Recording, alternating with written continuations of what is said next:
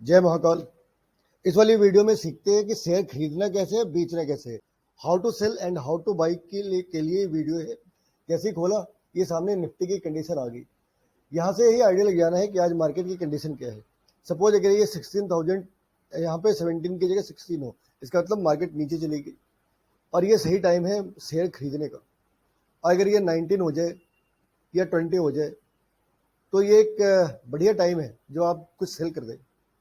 तो सेल करने का बढ़िया टाइम कब है? जब ये निफ्टी ऊपर हो। बाई करने का कब है? जब ये निफ्टी नीचे हो। लेकिन इस बात का रिस्क हमेशा रहता है कि जो शेयर आपने खरीदा वो कहीं मर ना गया हो। मतलब आपने जब मरते हुए शेयर में पैसे लगाए, ये सोच कर कि उसमें जान वापस आ जाएगी और वो मर के क्लिक करो तो इसमें वो सारे डिटेल्स आ जाएंगे जो मेरे शेयर है। तो ये कुछ शेयर है। सपोज अगर हमने शेयर को खरीदना है या बेचना है, जैसे ये हमने जो शेयर खरीदा, ये जब खरीदा था जब से इसके 10 रुपए दाम कम हो गए। मान लो हम इसे बेचना चाहते, मान लो एक मिनट को हम इसे बेचना चाहते, तो हमने वहां पे सेल को क्लिक करी, एक नई विंडो ओपन हो जाती है। अब इसमें हमने सेलेक्ट करना है कि कौन से पे बेचना है, बीएससी पे या एनएससी पे। आप देखोगे जहां पे आपको ज्यादा पैसे मिल रहे हैं वहां पे बेच देना। फिर दूसरी बात है कि आपने कितना शेयर बेचना है। आप पूरा बेचना चाहो पूरा बेच दो, कम बेचना चाहो कम बेचो। मान लो आपने आउट ऑफ 60 20 बेचना चाहो तो 20 लिखो। आप पूरी ही बेच सकते, आप 10-5 भी बेच सकते। यहाँ पे जो लाइन है ये इंपॉर्टेंट है। अगर हमने यहाँ पे सेल कर दिया तो ये इसी प्राइस के ऊपर सेल हो जानी है। लेकिन हम ये चाहते हैं कि हम इस पे तो नहीं बेचना चाहते, हमें थोड़ा और प्रॉफिट चाहिए। तो हमने क्या करा कि यहाँ पे हमने क्या करा, इस जगह पे एक लिमिट प्राइस लगा दी। अगर हमने मार्केट पे करा तो चीजें एज इट इज सेल हो जानी है। अगर हमने लिमिट प्राइस क्लिक करे और यहाँ पे लिख दिया कि भाई चलो इसे 162 रुपए में बेच देना या 172 रुपीज में बेच देना, और फिर हमने कर दी यहाँ पे सेल। अब ये जब 172 का होगा, जब ये 172 का होगा तब ये चीजें बिक जानी है। अब या और अगर नहीं हुआ तो ये चीजें कैंसिल हो जानी है। यहाँ पे ये चीजें होती है कि भाई अगर हम ये चाहते हैं कि ये कुछ 2 महीने 1 महीने तक वेट करने को तैयार है तो वीटीसी को क्लिक करना है। अगर हमने आज वीटीसी क्लिक करी तो ये जो डील है 13 नवंबर तक वैलिड रहनी है। 13 नवंबर के बाद ये अपने आप ही कैंसिल हो जानी है। लेकिन अगर हमने कुछ क्लिक नहीं करा तो वो आज शाम तक कैंसिल हो जानी है। अगर पहुंच गई प्राइस तो मिल जाना है पैसे, अगर नहीं पहुंची प्राइस तो कैंसिल हो जाना है। अब वो कैंसिल हुई या नहीं, ये चेक करने का तरीका है। यहाँ पे अपने पास ऑर्डर बुक है और ट्रेड बुक है। तो सेल करने का प्रोसीजर यहाँ तक ही है। ऐसे करा सेल करोगे, आगे ओटीपी आ जाना है कई बार।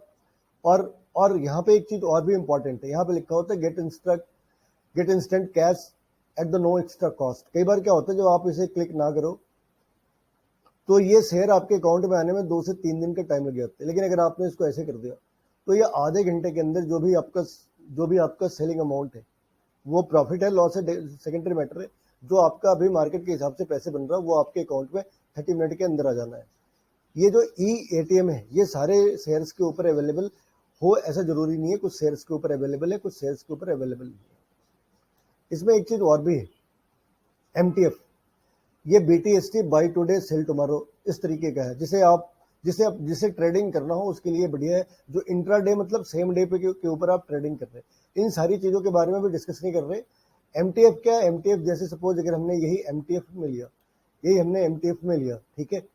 मान लो हमने ये शेयर खरीदना है, एमटीएफ के अंदर खरीदना है, तो हमने कुछ एक प्राइस लगाई, मान लो 20 लगाई, हमने 20 अमाउंट लगा दिया कि हमें 20 खरीदना है। अभी इसकी कितनी है? 152 है। एक शेयर की प्राइस 152 है, तो 20 शेयर की प्राइस करीब 3000 रुपए हो गए, ठीक है। लेकिन ये 288 रुपए पे अवेलेबल है। ये अभी 288 रुपए पे अवेलेबल है 288 पे, यानी हमने 288 पे करा तो 20 शेयर होल्ड कर सकते हैं। और जब हम इसे बेच दे तो करीब 8 से 9% यहाँ पे इसके ऊपर इंटरेस्ट होता है। तो जब बेचा तो 8 से 9% इंटरेस्ट के साथ कई शेयर के ऊपर ये चीजें अवेलेबल है। अब आपकी कौन सी ट्रेड काम करी, कौन सी ट्रेड नहीं काम करी, जो हमने पीछे करा कि भैया आपने मार्केट के ऊपर एक लिमिट प्राइस सेट कर दी कि आपको इतने पे ही खरीदना है। और जैसे यहाँ पे भी आप सेट कर सकते हैं, जैसे 152 दे रखा है, लेकिन आप 152 पे नहीं चाहते, आप चाहते कि ये 142 के ऊपर अवेलेबल हो, तो आपने 142 का लगा दिया। फिर अगर आप चाहते हो वो लंबे टाइम तक अवेलेबल हो, ये ऑप्शन तो आपने VTC लगा दी, हमने यहाँ पे, अब आपने यहाँ पे VTC लगा दी, VTC लगा दी, ये 13 नवंबर तक, आज लगाओगे 13 नवंबर तक ये वैलिड है। पैसे आपने कितने पे करने हैं? 300 रुपये पे करने हैं, और ये कॉन्ट्रैक्ट करीब 1 महीने से ज़्यादा टाइम तक वैलिड है, 45 डेज, मान लो 45 डेज तक वैलिड है। तो ये भी एक तरीका है। अब कितने आपके ट्रे, आपने क्या ऑर्डर करा पूरे दिन में, क्या ऑर्डर करा, वो यहाँ पे दे रखा होता है कि ये हमने रिक्वेस्ट करा। इसमें से कुछ अगर हम वापस मॉडिफाई करना चाहे तो आप उसे मॉडिफाई भी कर सकते हैं, कैंसिल करना चाहे कैंसिल कर सकते हैं, रीऑर्डर करना चाहे रीऑर्डर कर सकते हैं। तो आपने जो ऑर्डर करा उसके रिकॉर्ड यहाँ पे है, लेकिन उनमें से कितने कन्वर्ट हुए वो यहाँ पे लिखा होता है।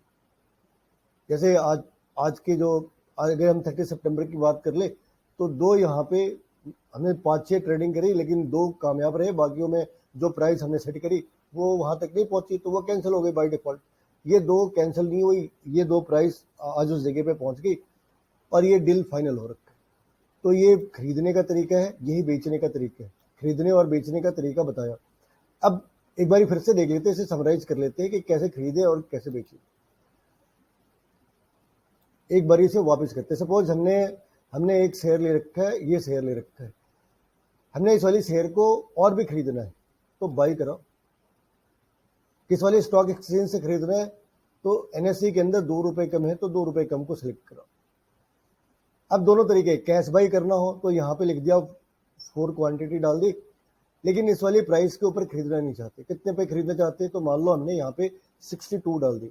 अब कई बार क्या होता है वो एक्सचेंज की लिमिट के बाहर होती है, कई बार वो उसे एक्सेप्ट कर लेती है। अगर मान लो हमने इसमें डाल दिया, बहुत कम अमाउंट डाल दी, मान लो 13 डाल दी, है ना। अब वो देखो वो लिखा होगा कि ये इस रेंज के बाहर है, अच्छा ये रेंज के अंदर ही है, और भी थोड़े कम कर लेते, इसे 1000 कर देते, इसे 1000 करा, अब वो लिखेगा ये रेंज के बाहर है, ये लिखा ना ये इस रेंज के बाहर है। तो आप जब इसे हिट करोगे, आप जब इसमें वैल्यू पुट करोगे तो आपको बता देगा कि भाई इतनी रेंज तक परमिटेड है, इतनी तो एक्सपेक्ट कर रहे हैं, इसके बाद एक्सपेक्ट नहीं कर रहे। तो 1482 है, आप 1400 डालोगे तो शायद ले ले, ज्यादा कम करके डालने से वो नहीं लेता। दोनों तरीके हैं, आपको अगर लगता है कि आज मार्केट इतने नीचे जा सकती है तो आप ले सकते हैं। इसमें नुकसान ये है कि सपोज आपने लगा दिया 1400 रुपए के ऊपर 3 शेयर लगा दी तो 4200 आपके अकाउंट से ब्लॉक हो गए। अब जब तक वो डील कैंसिल नहीं होगी तब तक आप वो पैसे कहीं यूज नहीं कर सकते। तो ये एक प्रॉब्लम है। आप, लेकिन ये कोई बहुत मुश्किल काम नहीं है। अगर आपके पैसे फंस गए हो तो आप उस पैसे को वापस भी ले सकते हैं। वो आता है एलोकेट फंड के ऊपर। मान लो आपके अकाउंट में कुछ, जैसे मेरे अकाउंट में भी 496 रुपीज किसी शेयर में फंसे पड़े, तो हमने यहाँ पे क्या करना है, डिड्यूस करना है। डिड्यूस करा और यहाँ से मान लो 200 रुपये, 500 रुपये, 500 रुपये तो नहीं निकल सकते, 200, 300, 100 रुपये निकालना चाहिए, निकाल के सबमिट कर दिया, वो इस वाले के अंदर आ जाना है। अगर ये अमाउंट छोटा है तो कोई इशू ही नहीं है, लेकिन अगर ये अमाउंट 30,000, 40,000 रुपये है तो फिर आपको रेगुलर बेसिस पे ये काम करना पड़ेगा। कैसे करा, एलोकेट फंड में जाके करा। कैसे करा, एलोकेट फंड में गए, वापस करा, फिर आते वापस प्लेस ऑर्डर के ऊपर करना।